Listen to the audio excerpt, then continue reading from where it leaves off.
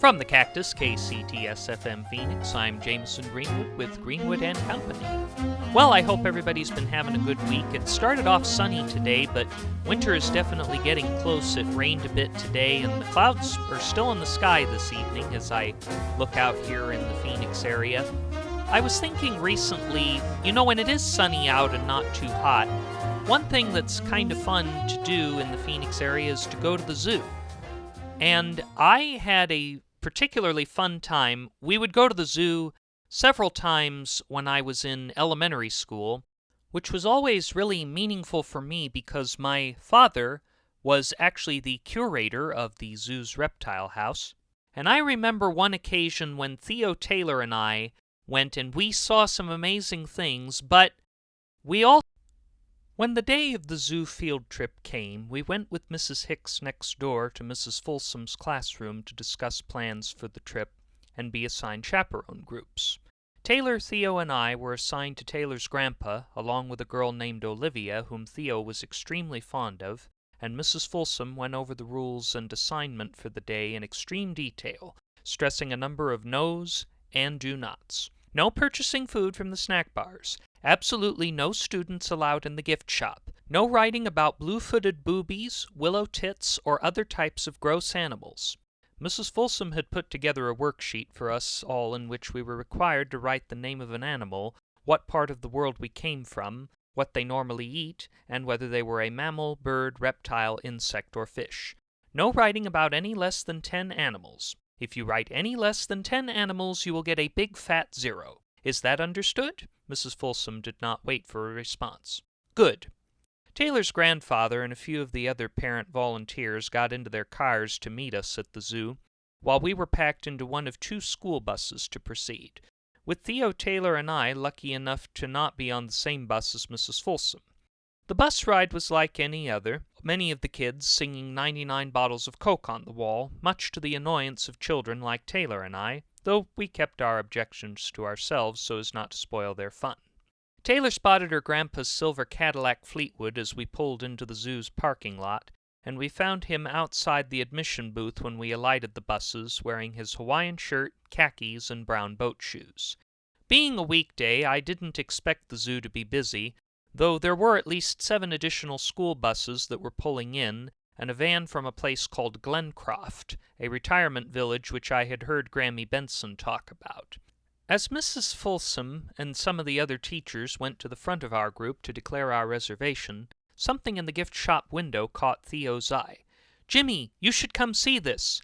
Taylor and I rushed over to see what had caught his attention, and found him in front of a window display at the forbidden gift shop. There was a big sign on a silver stand in the middle of the table which read, "Clearance Sale," along with several items on the table below. There were 2 coffee mugs, one with an assortment of colorful animals and a bamboo handle, a larger, more plain one with the zoo's logo, and a T-shirt on a torso mannequin, but right in the middle was the reason Theo had called me over.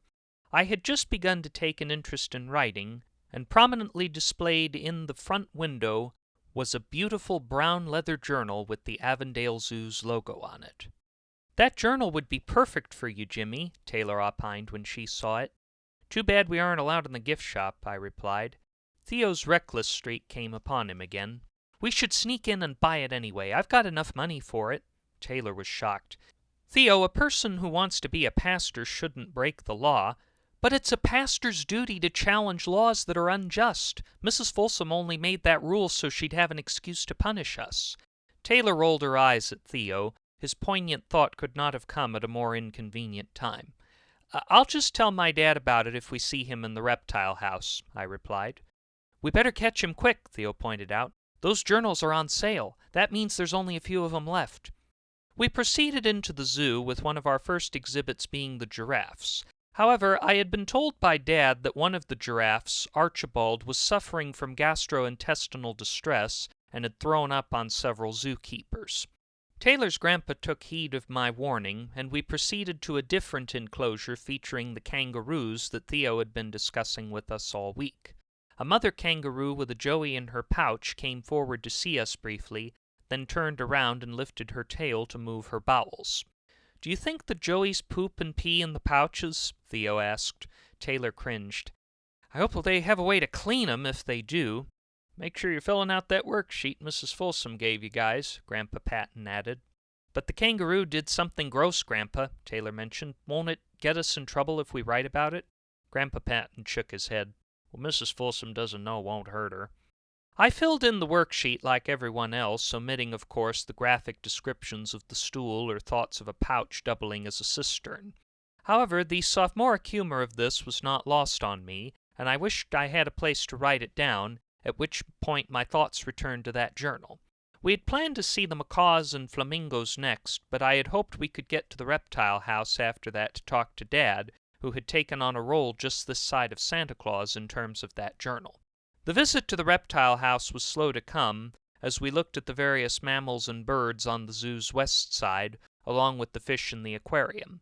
While Taylor expressed a fascination in the macaws, flamingos, and parakeets she'd mentioned on the bus ride over, and poor little Olivia made notes on all her animals to ensure Mrs. Folsom would have no right to give her a 0, my notes would leave my brain as soon as they were complete.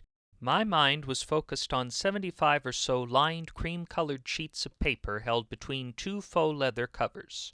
The zoo's logo, with its heads of a giraffe, lion, flamingo, and turtle, and 2 palm trees hovering over the words Avondale in schoolboy font, and zoo in an artistic bold font with circles resembling a Broadway marquee, prominently displayed on the front. Reflecting on that day now, I realized what a stupid distraction the journal was when considering the zoo's exotic environment. The beauty of the macaws, flamingos, and peacocks, the smell of manure, the sound of palm trees blowing gently in the breeze. These sights, sounds, and smells would have been perfect to compose in that journal, but all I could think of was the journal itself, and nothing to compose within it. We had to get to the reptile house before the end of the day so my father would know I would want it. After looking at the capybara, we went toward the picnic tables under a ramada where Mrs. Folsom directed us to break for lunch at 12. But about halfway along, we noticed a rather large crowd of children and adults gathered around the llama enclosure, some of the children even standing on the slats of the fence to get a front-row view of whatever spectacle was awaiting in the llama's terrain. One of the children part of this crowd was Mary Bradbury, who called our names and waved at us to get our attention. "The llama's about to have a baby, guys!" And I'm so excited to tell you more about that, but as usual, we've reached the point in the show when we have to take a short break. But when we come back, the llama will have her baby, and unfortunately, Mrs. Folsom will return to our story as well. You are listening to Greenwood and Company on KCTS.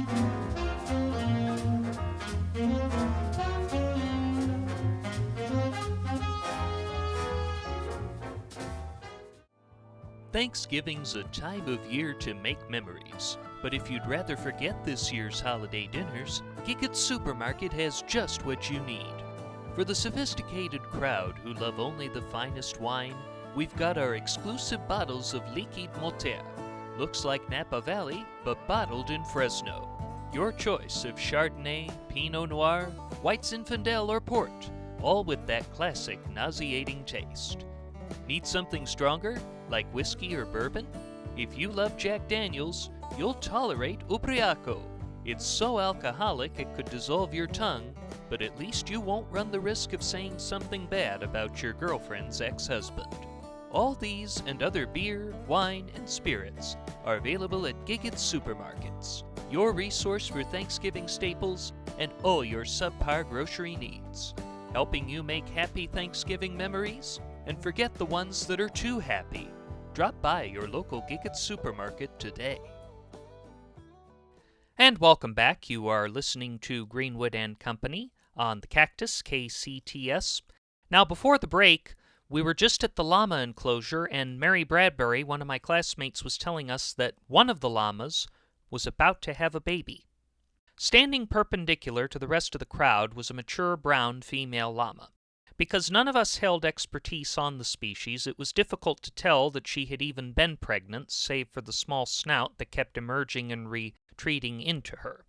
Eventually, she gathered enough strength to push the brand-new llama all the way out, and he fell to the ground with a loud thump and wiggled his head in shock as another adult llama and older juvenile came to welcome the new cria while his mother proceeded to comfort him in his shock at entering the world.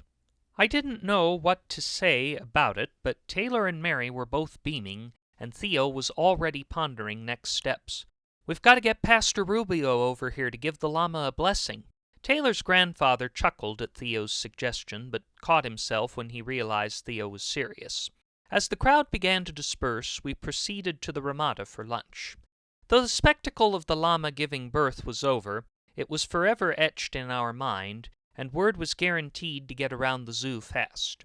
As we walked on the dirt paths toward the Ramada, a newly retired couple we'd seen at the enclosure was telling another middle-aged couple that they were friends with about the spectacle.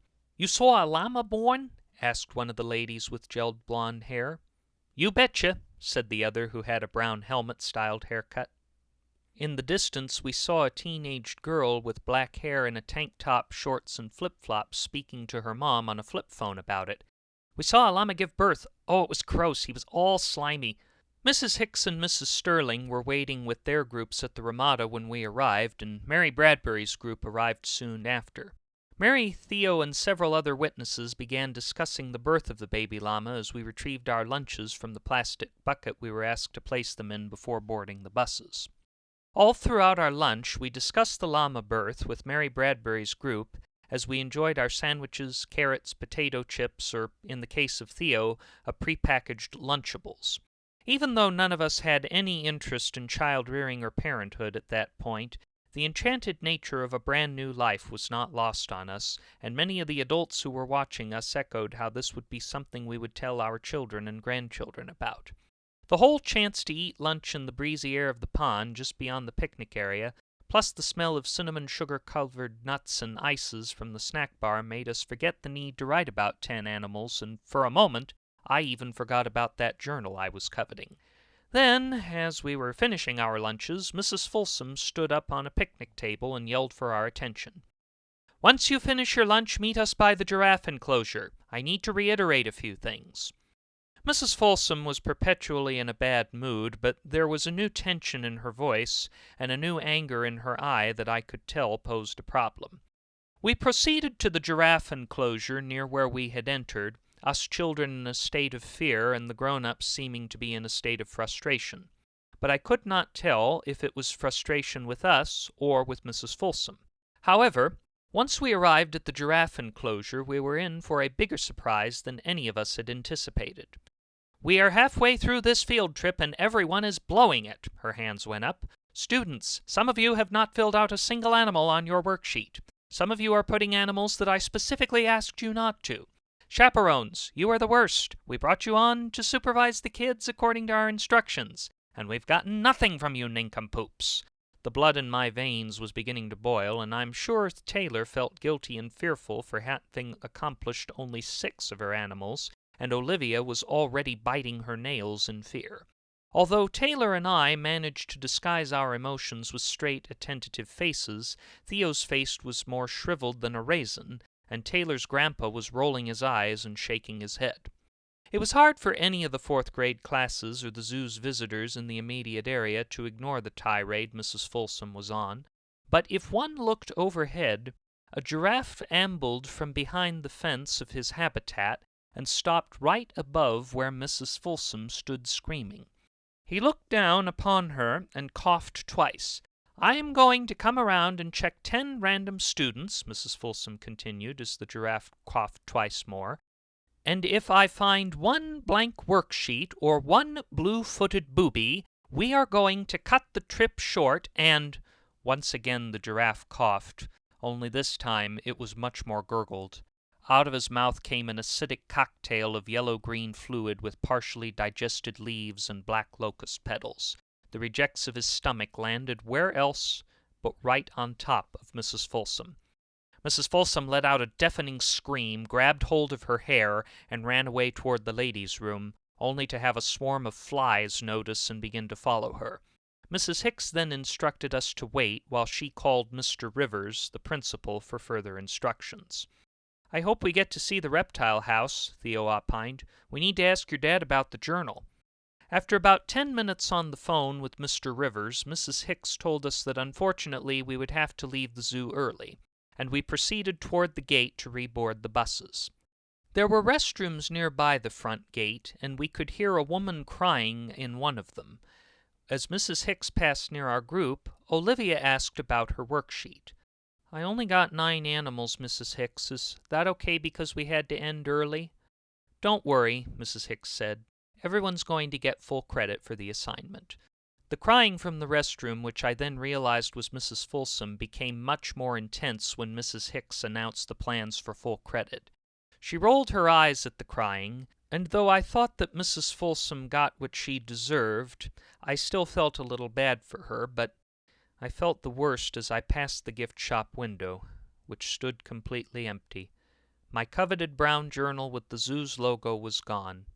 But by the end of the week, even though there was the disappointment of the journal, both us students and our fellow teachers were all elated beyond words when we found out the embarrassment of Archibald the Giraffe had driven Mrs. Folsom to finally retire. You are listening to Greenwood and Company on KCTS. Not long ago, I was out for a Sunday stroll when I realized I had to get to the bathroom immediately. There seemed no choice but to run home or find a bush to drape my skirts over. But I was able to get a bucket delivered right where I was standing within seconds. I used my chamber pot drone remote control. Just log in, press the button, and Chamber Pot Drone's state-of-the-art GPS technology will deliver a bucket for your potty emergencies with lightning speed. And when you're finished, just dump the bucket wherever it's convenient. Why wait? Call our toll-free number right now for more information. You can call 1-800-567-CBPD. Not responsible for legal fees incurred by indecent exposure or water pollution charges. Call 1-800-567-CBPD. That number again is 1-800-567-CBPD. Must be 85 years or older to order. Call now. Support for Greenwood and Company comes from the Society for Cats with Mathematics Test Anxiety, having their annual convention at Old Possum's Practical Hotel, just off Broadway in New York City, from November 22nd through the 25th. More information at societyforcatmathanxiety.org. Additional funding is provided by the Used Car Salesman Plaid Sport Coat Foundation and the Save the Floppy Disks Foundation.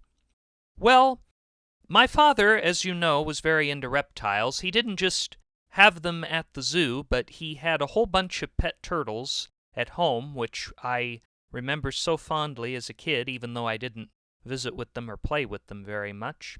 And it reminded me of when I was getting ready for school as a kid. I sometimes was really not wanting to go, but when I remembered the turtles and their breakfast, which my father would feed them every morning before we left for school, I came up with this poem, Turtle's Breakfast. As I make my counterclockwise morning rounds across the backyard, I catch the attention of Dad's pet turtles in the pond. The red-eared sliders poke out their heads from the water and hope they will get their breakfast in the form of apples or bananas, treats to start their day. Save this morning walk, the start of the day is never a treat. A longing remains to go back to bed, to fast forward 60 years and retire from the struggles of a school student's life. Yesterday was fine, but still, I feel the dread of responsibility, as I long for something more fulfilling I can't get to until I prove myself as a star pupil. Yet as I switch directions, going clockwise past the turtle pond, the eager heads emerge, anticipating the bounty of morsels of tropical fruit Dad will feed to them soon.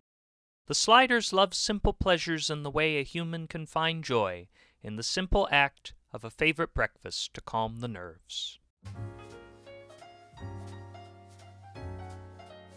That brings an end to this week's Greenwood and Company. Our show was created and hosted by yours truly and was written by him along with James Salison and Minnesota Martinez. The engineer is Ivan Crosby. Jonas Andrews answers the phones even though we don't take calls on this program. The theme was composed by Martin Landstrom. and our costumes are provided by Grandma's Garage Thrift Shop. All the characters, settings, and situations depicted in this program, along with all advertised products, are entirely fictional, and any similarities to products, events, or persons, living or dead, is entirely coincidental. Also, KCTS is not an actual radio station. Be sure to visit our website at JamisonGreenwoodPodcast.com to learn more about Greenwood & Company, and make sure to follow us on the podcast platform of your choice and share with your friends on social media. Just a reminder to please be careful if you are going out on the 101, the 17, or Route 66 tonight. I'm Jamison Greenwood, and until we meet again, stay healthy, stay safe, and stay young at heart. Good night.